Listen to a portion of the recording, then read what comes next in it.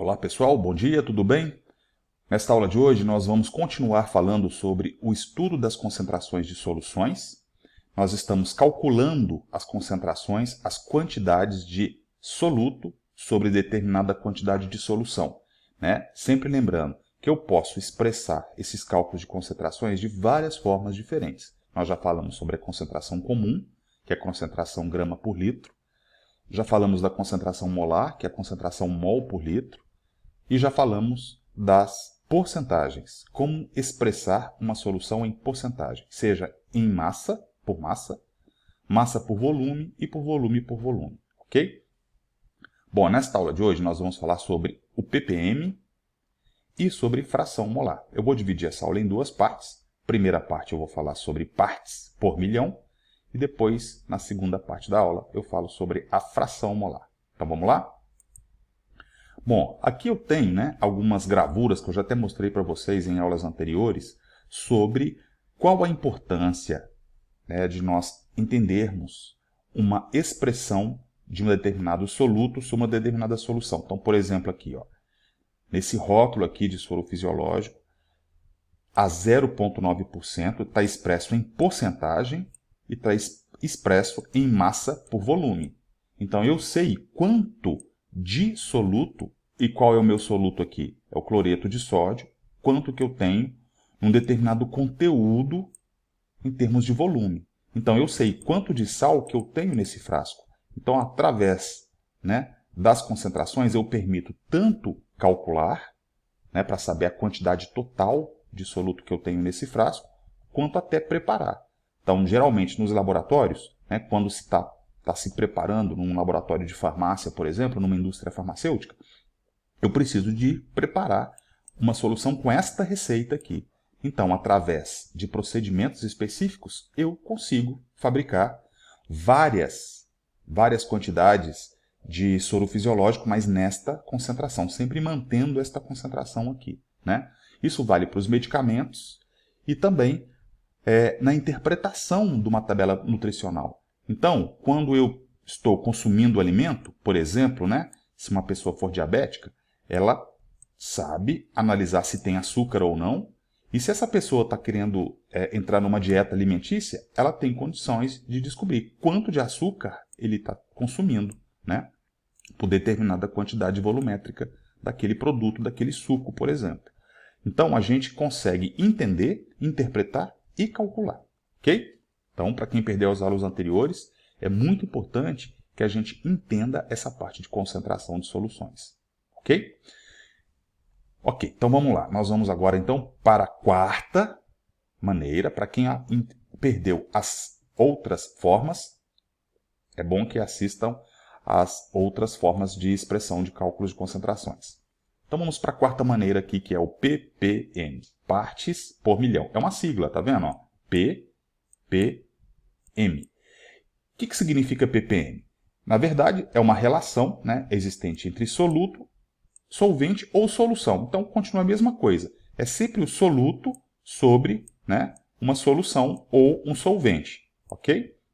A gente vai trabalhar essa relação aqui, só que em quantidades extremamente pequenas de soluto e quantidades extremamente grandes de solvente ou solução. Tanto é que essa concentração pode ser tão pequena em termos de soluto que ela nem faz tanta diferença no peso ou na quantidade. Então, tanto que a gente coloca solvente ou solução, porque essa quantidade chega a ser até, às vezes, desprezível. Mesmo tendo uma quantidade de soluto, ela pode ser tão pequena que, às vezes, ela é nem notada. Então, qual que é a relação? Ela vai descobrir qual a quantidade, quanto que eu tenho de um determinado soluto em 10 elevado à sexta potência de partes de solução. Ou seja, qual é a quantidade de soluto presentes em 1 milhão de partes de solução. Então, essa seria a ideia do cálculo do ppm. Quanto que eu tenho de um determinado soluto em 1 milhão de partes. Tá? Por isso, parte por milhão. Ok? Então, vamos entender aqui, interpretando um determinado dado. Vamos falar, por exemplo, que eu encontrei um ppm de uma determinada substância em algum local. Tá? O que significa esse 1 ppm? Em termos de massa, significa que eu vou ter uma parte de soluto em 1 milhão de partes de solução. Tá? Então, 1 ppm pode ser esta interpretação aqui. Ó. Tanto o soluto quanto a solução estão expressos em grama. Tá? Estão sendo expressos em grama. Ou seja, eu vou ter 1 grama em 1 milhão de gramas de solução. Ok? Eu posso converter, né, para ficar uma quantidade menor em termo numérico, 1 milhão de gramas é a mesma coisa que 1000 gramas. E 1000 quilogramas, desculpe, é a mesma coisa que 1 tonelada. Então eu posso converter, né, esta minha quantidade aqui de solução em escalas, né, em termos de escalas de quilograma e toneladas também. Mas a ideia principal, central, seria esta daqui. Ó. É quanto que eu tenho em 1 milhão, uma parte de soluto em 1 milhão de partes de solução. Ok? Vamos fazer um exemplo aqui para vocês entenderem. O que significa dizer que foi encontrada uma amostra de solo com 0,05 ppm? Então, observem aqui que a tradução disso seria o seguinte. Você pegou uma amostra de solo, uma X quantidade de solo, levou para o laboratório e descobriu que ele estava com 0,05 ppm de chumbo, chumbo iônico. O que significa dizer isso daqui? Significa dizer que 0,05 ppm é a mesma coisa que 0,05 gramas em 1 milhão de gramas de solo, certo? Só que é óbvio, quando o técnico, né, o analista, ele foi trabalhar essa análise, ele não pegou 1 milhão de gramas de solo para levar para o laboratório, ele pegou uma quantidade pequena, ele deve ter, né, coletado, sei lá, 100 gramas de solo. E ele faz isso em termos de escalas. Ele descobre, através de dados, quantos gramas de chumbo tem naqueles 100 gramas de solo. E depois ele faz uma regrinha de 3. Se em 100 gramas ele encontrou X quantidade de chumbo, em 1 milhão ele encontraria quanto? Aí, fazendo o cálculo, ele encontrou que foi encontrado 0,05 ppm. Tá? Isso daqui, geralmente, eles expressam, aonde que eu uso esse tipo de expressão de cálculo? Em controles de substâncias no meio ambiente. Né? Os ambientalistas, os biólogos, os químicos ambientais utilizam muito o ppm para expressar uma certa quantidade de produto no ambiente. Ok? Em termos de volume agora, é a mesma ideia, pessoal. É uma parte por 1 milhão de partes. Só que agora a gente está falando em litros. Eu uso muito o ppm para demonstrar quanto de gás eu tenho em uma determinada atmosfera. Né? Então é muito utilizado. Olha aqui uma curiosidade. ppb seria parte por bilhão. Quantos eu teria em 1 bilhão de partes? Tá? E aqui, quanto eu teria em 1 trilhão, que é o ppt. Então, eu posso expressar isso em milhão, bilhão ou trilhão também. Mas é mais encontrado aqui, nos exercícios, o ppm. Então, vamos entender o que significa isso. Eu posso ter 1 litro de um determinado soluto por 1 milhão de litros de solução.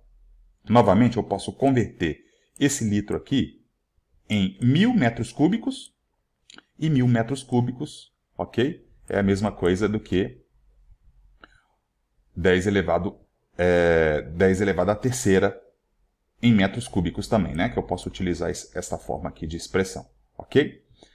Então vamos continuar com outro exemplo aqui. O que significa dizer que foi encontrada uma amostra de ar com 365 ppm de CO2? Então, só interpretando aqui, né, pessoal? 365 ppm é a mesma coisa que 365 litros de CO2 sobre 1 milhão de litros de ar.